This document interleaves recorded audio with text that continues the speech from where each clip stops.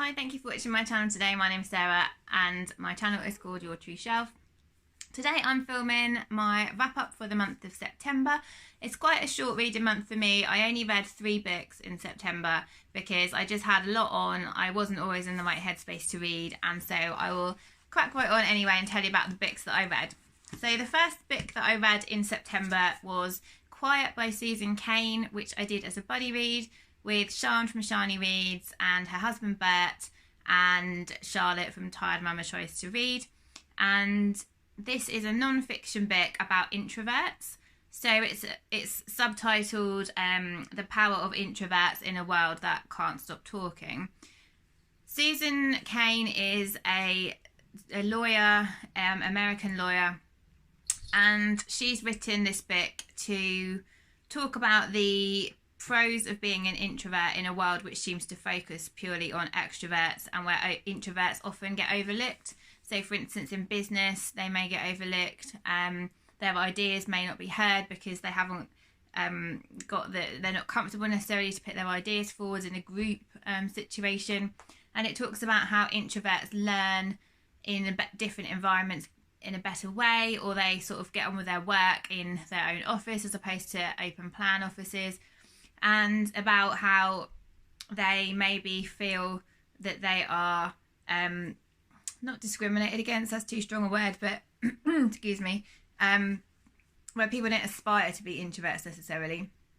And so there were some interesting parts in this book. The main interesting part for me was about introverted children, about how they learn in a different way, or they're more comfortable learning in a different way, how it's not a bad thing to be introverted, it's not a bad thing to be shy.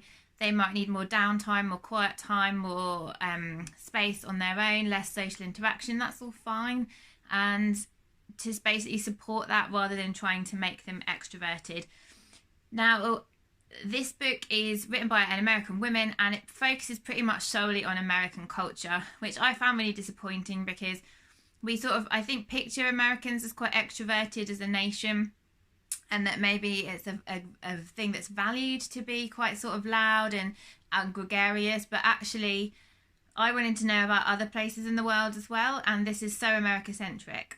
There is a section entitled like introverts and other cultures, and I thought, oh brilliant, that's what I've been waiting for. And it talks just about other cultures in America, very largely Asian Americans, which I actually found kind of stereotypical in places, and I felt a bit uncomfortable reading it. It focuses almost purely on men. There's hardly any women featured in the book, and it kind of just splits between case studies, research papers, case studies, research papers. It's quite dry.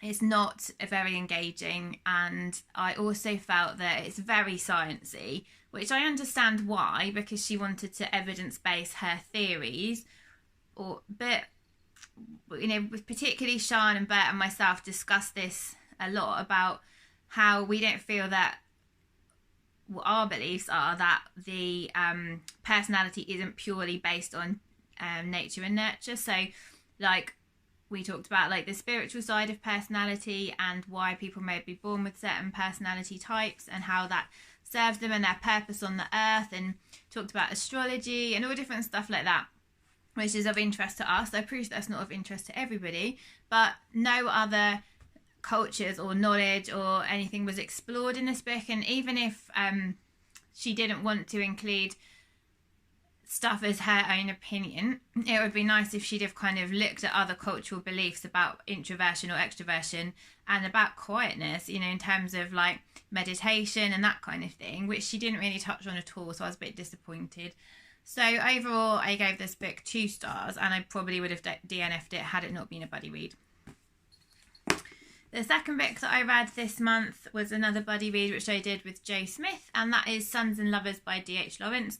This book has been on my shelf for a long time because it's really chunky, it's 500 pages, it's really small writing, and myself and Jo decided that we were going to read this one together because it was the same situation for both of us. We had really great discussions. We divided it up into 4 sections, so we read a section a week. And so it did feel like I was reading it for a long time, because I was. So this follows the Morrill family, and it's written pre-World War One, but I'm not sure. I guess it's probably sort of early 1900s, and it follows the family. So the parents, Mr. and Mrs. Morrill, and then mainly focuses on the second son, called Paul, and his relationship with his mother. So they are very, very close, and it talks about how their relationship develops as he grows up and as their family dynamics change. And it talks about how the dynamics change again when he starts forming friendships and has feelings for women, and how his mum reacts to this, and how it kind of, he almost has to choose between whether he wants to love his mum the most or love his partners the most. And it's really well written, a good story, and some of the characters, one in particular, are really got on mine and Joe's nerves, but the characters are all really believable. They all showed character development. There was some absolutely beautiful nature writing in this. It talks so much about landscape and the flowers, and how much the walks and the nature meant to all of the characters in this book, which was really lovely to read. And I actually went and bought myself some flowers after reading this, because it was just so nice to hear about all the descriptions of the flowers that people had in their gardens and their houses. And there are some sad parts. There were some parts about grief, and death, which I thought were unbelievably well written.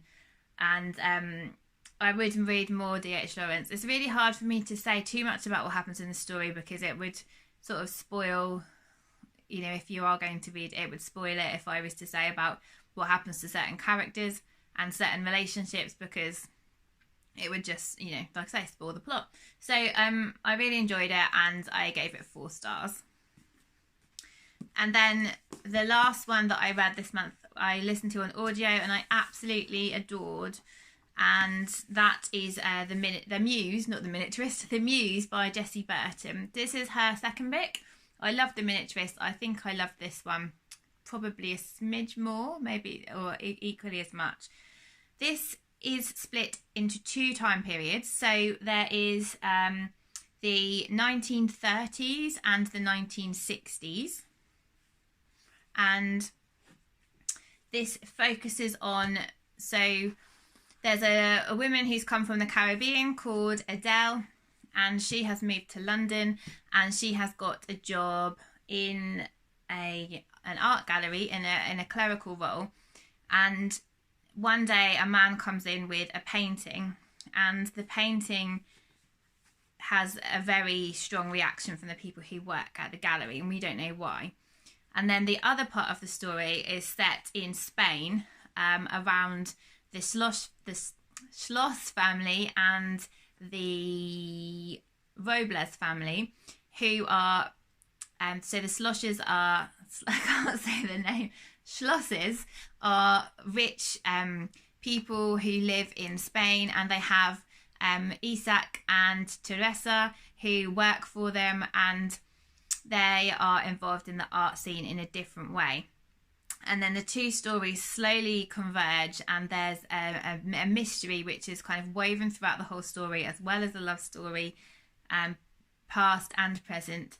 And the conclusion kind of builds and builds until the end. It's a slow conclusion. It's not like a pacey book, but it's really lovely writing.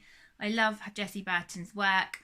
I really liked the narrator of the book, and I just thought it was great. And I know Jessie Burton's next book is just out, and I'm really looking forward to reading it, because I love this and I love The Miniaturist. So that's the books that I read in the month of September. Let me know what you've been reading or listening to. Let me know if you've read any of those books and what you thought, and I will speak to you soon. Bye.